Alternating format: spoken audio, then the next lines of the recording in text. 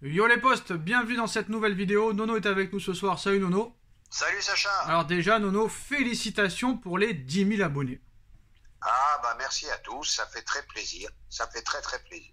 Alors, on va commencer la vidéo dans le vif du sujet. Déjà, l'information du jour, Nono. Le PSG est très intéressé par Hugo Ekitike. Le club est séduit par son profil et sa marge de progression. Joueur du Stade de Reims, qui fait un très bon début de saison.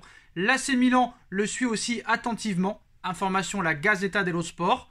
Nono, offensivement, 19 ans, joueur de Ligue 1. Serait-ce une bonne pioche?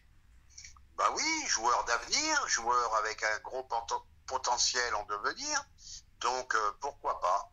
Bon, il faut bien se dire malgré tout qu'il faudra qu'il fasse ses preuves et qu'il sera plutôt remplaçant que titulaire.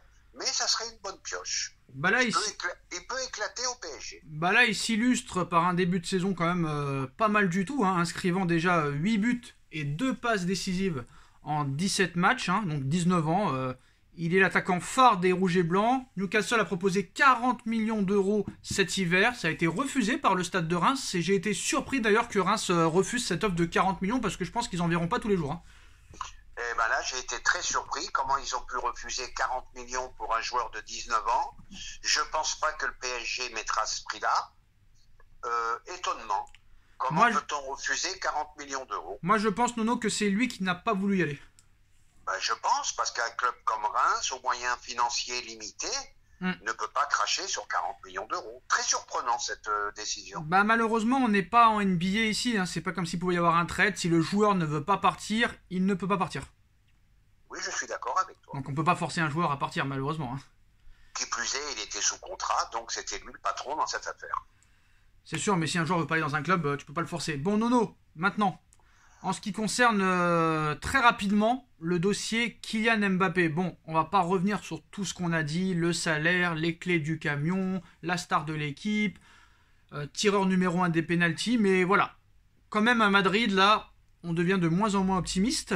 Donc voilà, la presse espagnole s'enflamme, et la presse madrilène est beaucoup moins sûre de l'arrivée de Mbappé au Real Madrid. Et là-bas, c'est même entre médias espagnols qui se fracassent, on va dire. Donc d'un côté, nous avons la Cadena Ser qui nous dit que la signature de Mbappé sera actée au mois de mai au plus tard. Et là, on a une autre presse qui nous explique que ce n'est plus aussi sûr et acquis que Mbappé signe au Real. Donc là, même en Espagne, ça dit un petit peu tout et n'importe quoi, ça se contredit. Honnêtement, est-ce que là, réellement, la chose peut changer? C'est-à-dire que réellement, c'est plus vers une prolongation qu'une arrivée. Surtout, en plus, Nono, j'enchaîne le sujet suivant, pour éviter qu'on revienne là-dessus. Le Real Madrid pourrait perdre aussi Erling Haaland. Une réunion est prévue vendredi entre Raiola, agent de Haaland, le clan de Haaland et les dirigeants de Manchester City pour une signature proche. C'est-à-dire que Haaland a 5 offres sur la table. Le Barça, le Real, le PSG, le City et le Bayern de Munich. Mais là, apparemment, Manchester City, avec ses moyens financiers, ferait tout pour avoir Erling Haaland, qui serait vraiment la star de l'équipe. Et Pep Guardiola tiendrait enfin l'attaquant tant voulu depuis des années après l'échec Harry Kane. Est-ce que le Real Madrid peut-il tout perdre? Alors, on va commencer par Mbappé, avec les médias espagnols. Donc là, comme on a dit hier, ils sont dans le doute. Le feuilleton continue. Personne ne sait. Aujourd'hui, c'est au point mort. Peut-être petit avantage au Real, mais c'est de plus en plus incertain. Donc, on attend et on verra. Maintenant, on va passer à Haaland. J'avais toujours dit qu'Haaland et Mbappé ne joueraient pas ensemble parce que pour moi, c'est le duel des 10 prochaines années à venir. Donc, je pense, moi, que ça se jouera entre City et le PSG. Alors, tu vas me dire pourquoi, mais avant, on a ton grand ami qui est revenu. Et là, c'est une bonne nouvelle pour une fois, parce que tout ce qu'il a dit, c'est le contraire qui s'est passé. Monsieur Javier Tebas, ces dernières heures, le président de la Liga en est persuadé. Mbappé va signer au Real Madrid la saison prochaine et l'a déjà affirmé publiquement. Sa venue est une excellente nouvelle pour la Liga. Donc déjà, il faudrait demander à Mbappé si lui déjà est d'accord. Et je vous rappelle que Monsieur Tebas, c'est vérifiable, hein, vous pouvez aller le vérifier, qu'il avait dit que Neymar ne partirait jamais du FC Barcelone en 2017. Hop, il est parti à Paris. Que Kylian Mbappé allait rejoindre le Real Madrid l'été dernier, il n'est pas parti. Et il nous avait dit aussi la prolongation de Lionel Messi. Messi n'a pas prolongé et est venu au Paris Saint-Germain. Les propos de Javier Tebas, Nono, sont-ils une bonne nouvelle pour le PSG? Ah, c'est une très bonne nouvelle. Tout ce qu'il dit est démenti par la suite. Ah non, Donc, non, c'est pas démenti, ça ne se fait pas, ça fait le contraire de ce qu'il dit. Eh ben oui, c'est ce que je te dis. Tout ce qu'il dit, c'est pas bon. Voilà. Tout ce qu'il dit, c'est pas bon. Donc, merci Monsieur Tebas. On a l'habitude de vos prises de position et je pense que c'est une bonne nouvelle pour nous. Voilà. Quand Tebas parle, les autres trépassent. Alors maintenant, dans le dossier Haaland, admettons Mbappé prolonge au PSG, est-ce que Haaland va choisir Manchester City plutôt que le Real Madrid? C'est là que la question maintenant se pose. Eh oui, mais là c'est la question vraiment, la question très importante. Je pensais moi que Haaland attendrait de voir où Mbappé signerait. Comme Mbappé traîne de plus en plus, donc Haaland au Real, pourquoi pas? Mais comme j'ai dit, pour moi, si Haaland signe au Real, il y a de fortes chances que Mbappé reste au PSG. En fait, Nono, là, on va pas se répéter. La chose que tu dois comprendre d'après la Cadena Ser aujourd'hui, c'est que le Real veut que Haaland reste 1 an de plus au Borussia, parce qu'il est difficile pour Pérez de recruter lui plus Mbappé cet été. Et bien sûr, ça impacte sur le budget. Non, c'est pas ça. Les deux, ils peuvent plus rien faire derrière. C'est surtout que le clan Haaland a compris que la priorité de Pérez était Kylian. Et voilà le problème, il est là. Donc il y a deux gros égos qui ne s'affronteront pas. Donc Haaland pour moi ne viendra pas au Real. Point final. Alors attends, calmons-nous. C'est sûr et certain pour toi que Haaland n'ira pas au Real? Je suis sûr et certain. D'accord.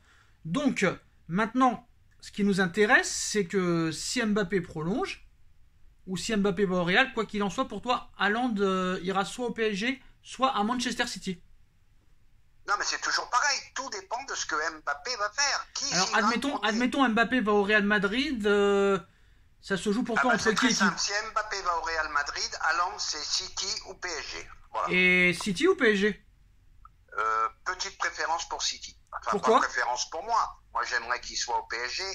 Je pense que son père a des gros contacts, ancien joueur de Première Ligue. Donc, je pense qu'il a très envie que son fils aille avec Guardiola.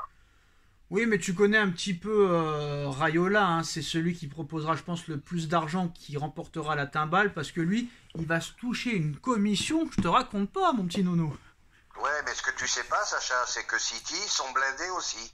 Donc je pense que les deux commissions seront pas loin l'une de l'autre. Oui, mais Nono, va vérifier la fortune du Paris Saint-Germain et de City. Celle du Paris Saint-Germain est beaucoup plus conséquente que celle de City. Donc si Mbappé s'en va, je peux te dire que s'ils vont leur prendre à leur ennemi en plus, ils vont pas s'en priver.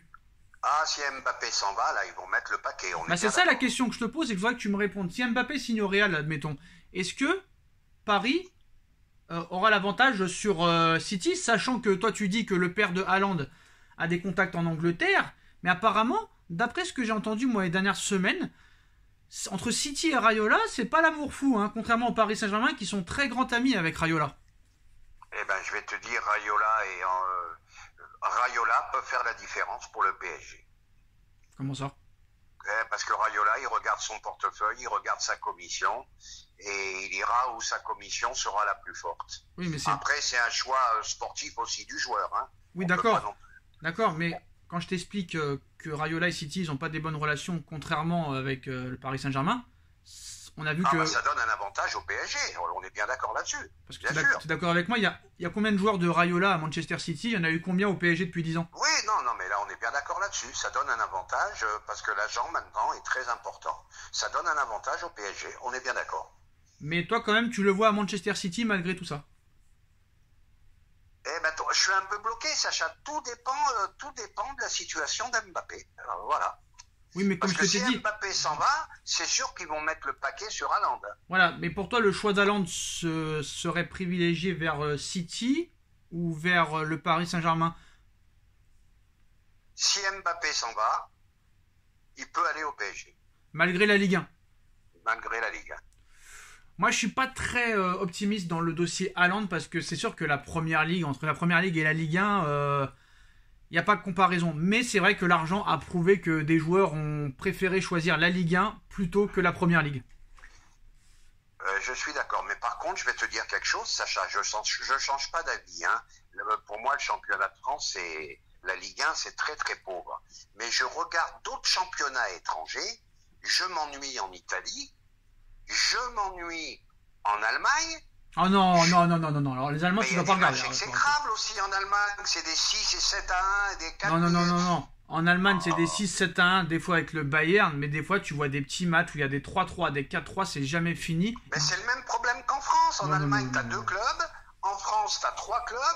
Et non, après, mais on parle de plaisir de jeu. On prend plus de plaisir en Bundesliga. Tu parles au niveau du jeu. Mais ah moi, bah je oui. te dis, est-ce que c'est plus intéressant de jouer en Allemagne, en Italie qu'en France? Bah non. Ah, ça, tu parles de ça, d'accord. J'en suis pas si sûr. J'en suis pas si sûr. Parce que moi, tu me proposes Mönchengladbach contre Francfort ou Reims-Saint-Etienne, je vais regarder Mönchengladbach contre Francfort. Hein.